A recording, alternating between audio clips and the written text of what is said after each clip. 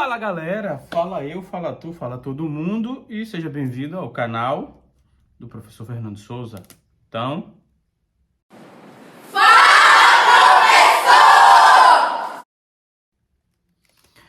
é isso aí, meu povo. Olha eu aqui, professor Fernando, de novo.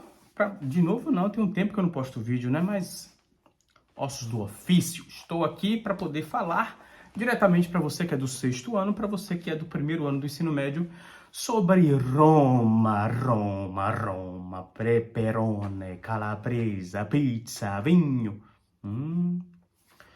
Galera, vamos falar sobre Roma. Tá, se não couber nesse vídeo, vai ter que ser 2 vídeos, tá? Roma é dividida em 3 períodos: monarquia, república e império. A gente vai tentar falar aqui uma revisão, um resumo para você que vai fazer alguma prova, algum teste ou apenas está estudando, certo? Vamos ver até que tempo daqui para eu fazer esse resumão para você. Vamos partir do princípio aí da bota. A Itália é uma bota, já percebeu? Que o mapa da Itália é uma bota que está ali dentro do mar Mediterrâneo. Esta bota, ela inclusive o mar Mediterrâneo vai ser chamado de Mare Nostrum pelos romanos no auge do Império Romano, porque eles dominaram tudo ao redor do mar Mediterrâneo. Roma vai surgir a partir de uma visão histórica e uma lenda, né? Tem a visão lendária, que é bem bonita, é interessante, e tem a lenda, envolvendo alguns povos, como os itailotas, os sabinos, os latinos, um pouquinho de gregos e, obviamente, o principal povo, que são os etruscos. A gente vai ter uma fusão de comunidades, né? Desses povos, que vai gerar, obviamente, a versão de Roma, que ia ser chamada inicialmente de Alba Longa. O troiano Elias, quando foge durante a Guerra de Troia, ele acaba chegando nessa região e a partir dele ali que vai surgir a cidade de Alba Longa, que depois vai ser chamada de Roma. Vai ser chamada de Roma, já adianto para você, em homenagem ao primeiro rei de Roma, que vai ser Rômulo. Rômulo, que tinha um irmão gêmeo chamado Remo, vai assassiná-lo para ficar com o poder. Pera aí, professor, o senhor já mete os negócios assim de irmão que mata irmão, vira o primeiro rei de Roma?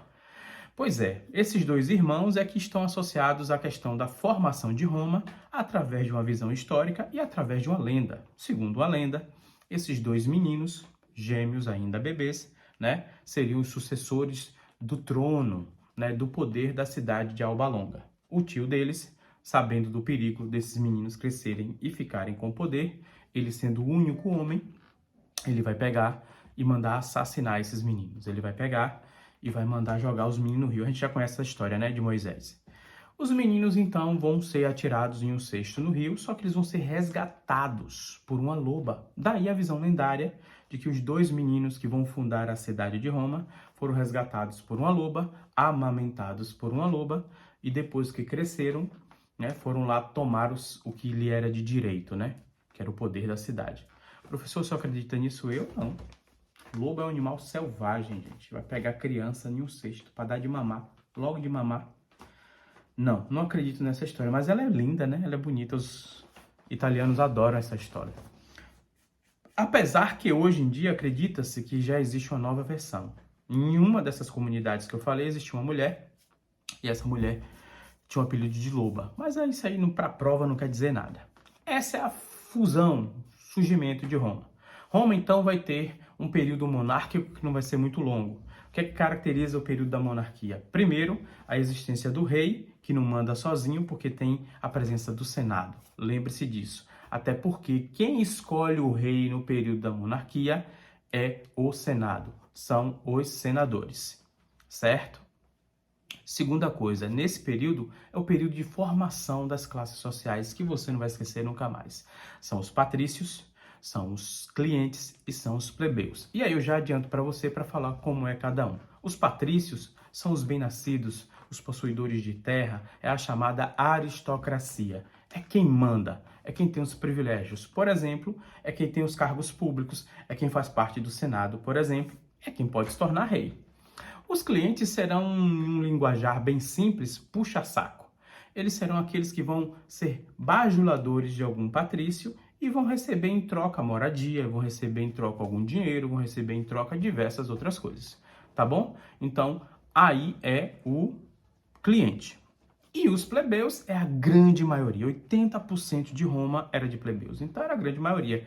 Essa grande maioria era agricultor, era camponês, era pequeno comerciante, era explorado pelo patrício. O plebeu, além de ser muito explorado, ele basicamente vivia ali na linha da miséria e ele não tinha direitos políticos. Nenhum. Nem o direito de se casar. Nem entre eles e muito menos com o patrício. Depois eles vão conquistar esses direitos. Certo? Professor tem escravo no período da monarquia? Pouco, mas tem. O auge do escravismo, o auge da quantidade de escravos vai ser no Império por conta da expansão territorial. Então, a parte da monarquia é uma parte muito simples, é a parte da formação de Roma, onde se destaca principalmente o que? Essa desigualdade, essa diferença entre patrícios e plebeus. E é por conta disso também que a monarquia vai deixar de existir. Os dois últimos reis, Roma teve 7 reis, e os dois últimos reis, sobretudo Tarquino, o soberbo, ele vai começar a implementar coisas que vai ajudar os plebeus. Quem que não vai gostar disso, professor? Quem não vai gostar disso é o Senado. E eram os senadores que escolhiam entre eles quem seria o próximo rei. Só que eles começam a perceber que esses dois últimos reis começam a ajudar os plebeus. E isso não vai dar bom. Então o que eles fazem? É melhor tirar esse negócio de rei, ter o rei mandando, senão pode pegar mal pra gente. Ficar dando lei, fazendo incentivo aí para os plebeus, não dá certo. O que eles vão fazer então? Eles vão acabar com a monarquia, acabar com a ideia de um rei, vão criar alguns cargos como o de cônsul, como o de quetores, pretores, alguns cargos ali administrativos, que são as magistraturas, mas vai ficar o poder somente com o Senado e os senadores. É aí que surge a República. O período da República, res publica, quer dizer coisa pública em latim. Teoricamente seria uma coisa para o povo, para todo mundo, uma coisa pública. Mas quem era considerado cidadão? Só quem era considerado cidadão eram os patrícios, que tinham serviços ali militares, administrativos, né, grandes possuidores de terra.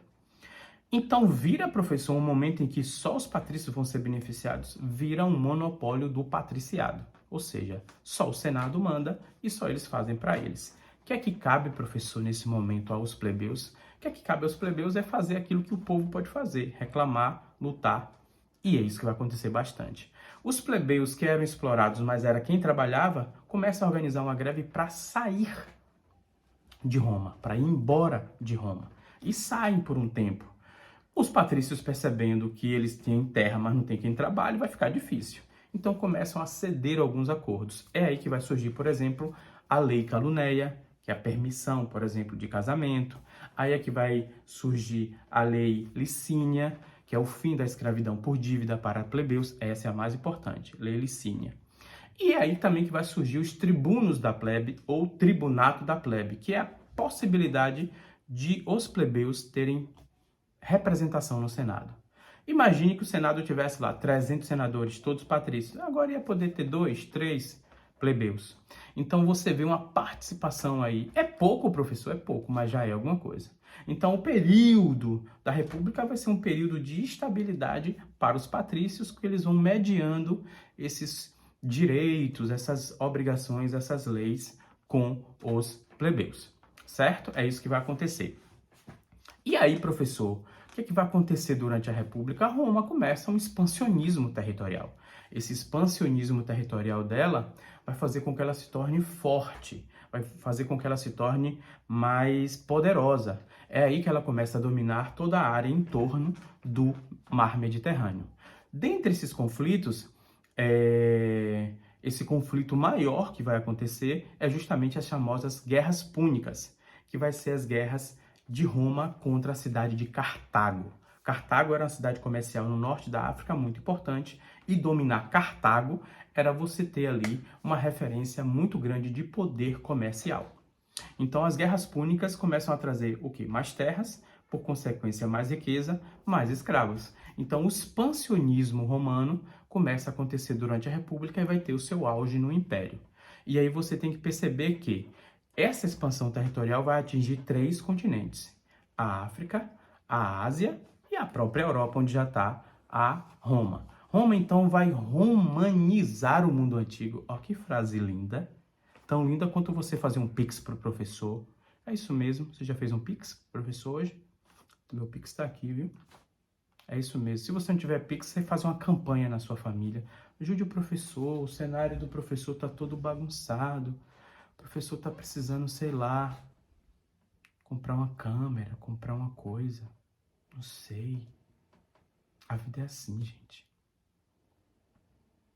Roma vai romanizar o mundo antigo, quer dizer que todo mundo vai querer ser romano, todo mundo vai querer ser de Roma, usar as mesmas roupas, usar os mesmos hábitos. É por isso que a gente tem hábitos até hoje que vêm dessa época. Assim como a Grécia ditou um hábito para o mundo ocidental, Roma vai copiar tudo da Grécia, porque a Roma vai dominar a Grécia. Inclusive, já vou falar aqui da religião, que vocês sempre perguntam, é igualzinha da Grécia, só muda os nomes. Os deuses terem sentimentos humanos, vários deuses, tudo igualzinho, certo? Só muda o nome. E isso vai ter um fim quando, professor? Mais uma vez vai ter um fim quando começa a se pensar a possibilidade de ajudar a plebe. A plebe, galera, não ficava quieta. Os plebeus, eles lutavam por seus direitos e sempre tinha confusão. Patrícios e plebeus é a história de Roma. É essa confusão aí. O que acontece então, povo? O que acontece? Acontece que se tá tudo confuso, tá tendo alguns tipos de posicionamentos para ajudar os plebeus, o Senado tem que se mover. E aí é justamente a questão. Alguns senadores, sobretudo os irmãos Graco, Tibério e Caio Graco, eles começam a trazer ideias para ajudar os plebeus. Dentre essas ideias, eles percebendo o expansionismo, vocês já sabem quem é que tá aqui, né? Ela já sabe. Ela gosta de aparecer quando eu estou gravando vídeo pra vocês, ó. Ó quem é.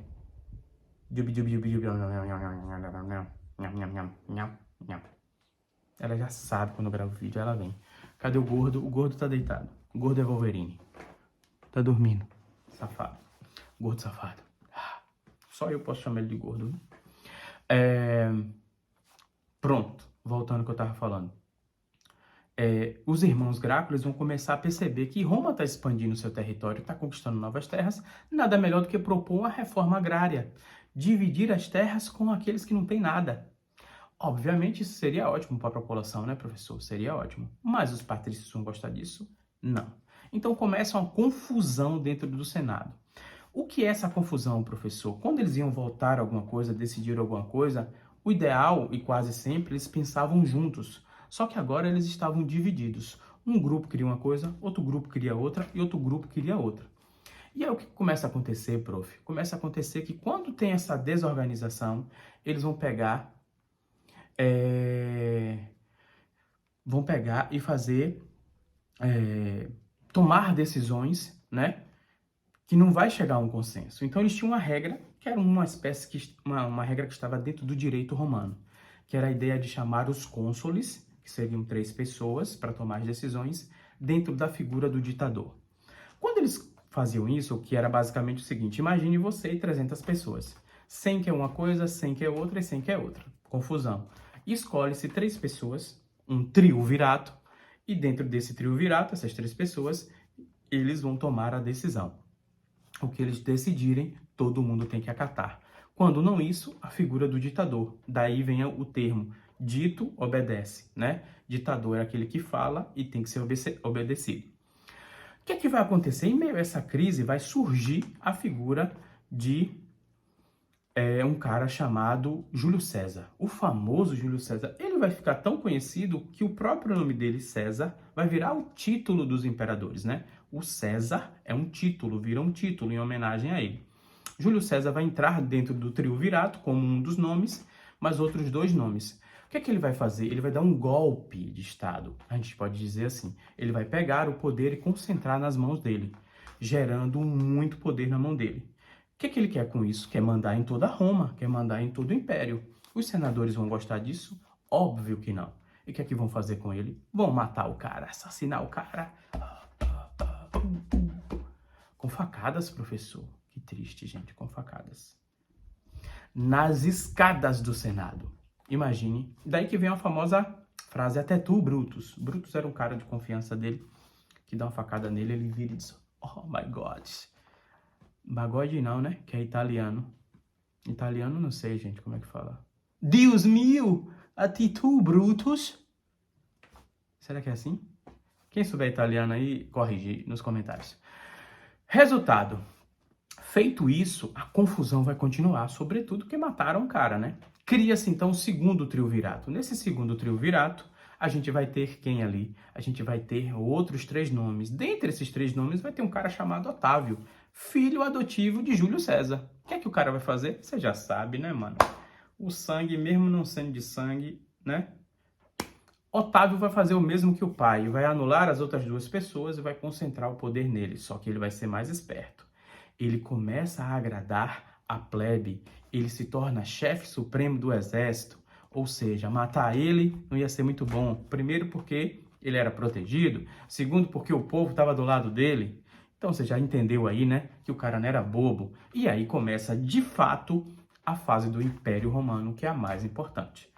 Júlio César pode ser considerado o primeiro imperador, o nome César, que vira um título, vem por causa dele, mas de fato o primeiro grande imperador de Roma é Otávio, que vai adotar o nome de Otávio Augusto.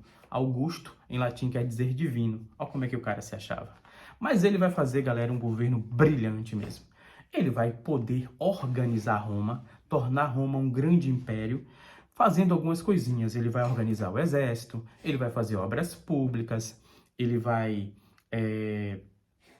melhorar a arrecadação de impostos, ele vai começar a ceder alguns direitos para os plebeus, mas em especial, uma coisa que ele vai fazer que vai ser muito boa vai ser a famosa Pax Romana. É com ele que surge, que começa a Pax Romana. A Pax Romana, antes que você pense que é alguma casa funerária, Pax em latim quer dizer paz.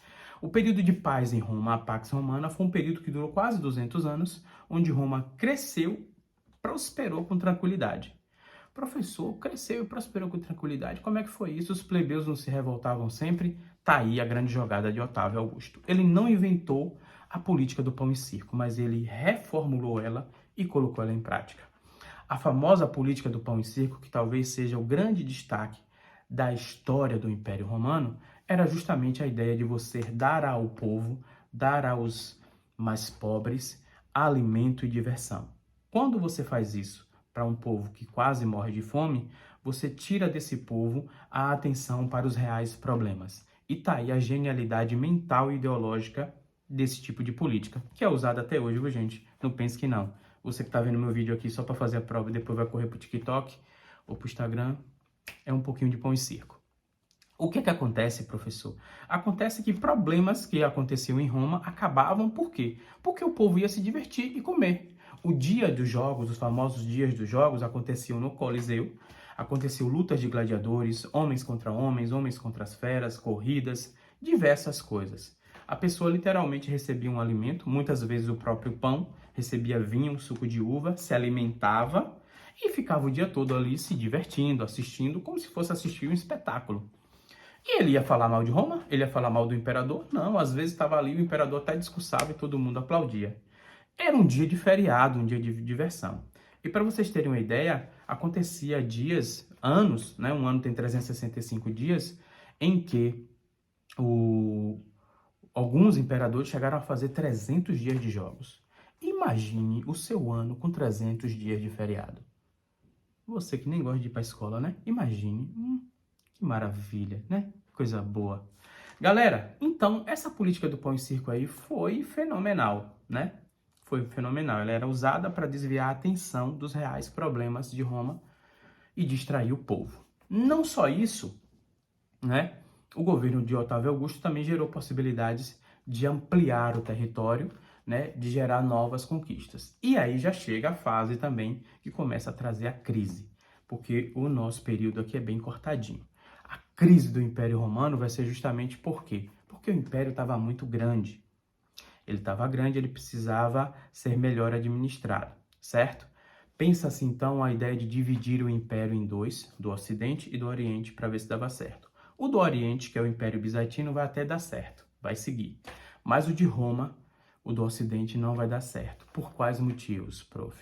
Primeiro vai ter a luta entre alguns generais com o imperador, disputa de carisma, de poder. A gente vai ter o surgimento do cristianismo. Jesus é uma figura, para além de religiosa, para quem acredita, é uma figura social histórica. Não houve um maior revolucionário no mundo do que Jesus. Por quê, prof? Porque Jesus, ele vai pegar e trazer um modelo de vida que vai bater de frente com o Império Romano.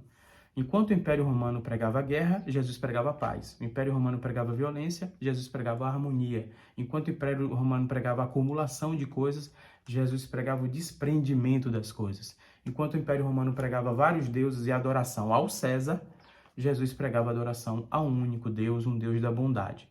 Isso começou a contagiar, sobretudo os mais pobres, chegou até o exército.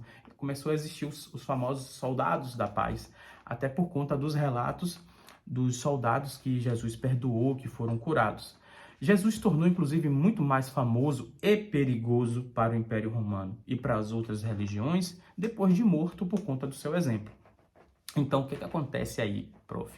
O que acontece aí é justamente um processo em que o cristianismo vai contribuir porque esses cristãos, os cristãos verdadeiros ali que seguiam os ensinamentos diretamente de Cristo, sem nenhuma igreja ainda, eles não vão se prender diante do poder de Roma. Aí começam os sacrifícios e começam os exemplos dos mártires. Então, é um grande ponto para ajudar na crise do Império Romano, assim como outro que foram as invasões bárbaras. Bárbaro aqui não é um cara violento, barbudo, que cospe enquanto come, não. Bárbaro era todo aquele que não tinha cultura romana e não falava latim. Então, provavelmente aqueles povos em torno de Roma, que Roma conquistou, estavam querendo conquistar de volta o seu território e começam a invadir. Essas invasões, obviamente, vai favorecer a fuga de escravos. E se você parar para pensar que o escravo era quem trabalhava, agora está fugindo, vai ter uma fraqueza na economia. Então, Roma, ao longo de alguns anos, de algumas décadas, vai passar por essa crise, que não vai ser curta, e vai chegar o momento que em 456 d.C., vai deixar de existir. O Império Romano, ele rói, ele rui, ele cai, ele deixa de existir, certo? A grandiosidade do Império Romano do Ocidente deixa de existir e esses povos bárbaros vão tomar os seus territórios e aí vai surgir uma nova coisa que vai ser o famoso feudalismo através do colonato, que é o nosso próximo assunto, para você ficar ligado. Tá certo? Então aqui foi um resumo, uma aula aqui bem rapidinha, mas um vídeo longo para você que está acostumado com vídeo curto, mas eu espero que tenha ajudado você. Curte, compartilha, comenta, faz um pix pro professor ficar alegre. E é isso aí, meu povo. Viva o quê? Viva a Lili que tá aqui no meu pé. Viva a Marisa Monte que tá aqui, ó. Amar alguém só pode fazer bem. Marisa, né? É Marisa. Um beijo para vocês e até a próxima.